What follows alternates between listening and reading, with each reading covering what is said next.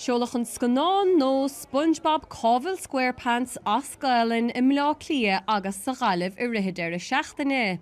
Is a Phictiúrlann an a seolach an scannán sa Gailge, agus mórán daoine takeithe le chéile leis an scannán a dhiiscint. Handouty SpongeBob! Inniu an lá! Come a hail father tea! Ahoo! Cos am the North Nation in ye, Gary?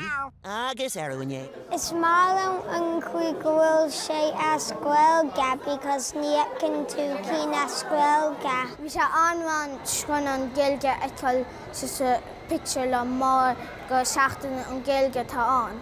Bhí mé breanúir SpongeBob sa mála, mar smála mé, tá sé an sa mú. Is málam fécinn sa scannán Gaeilge.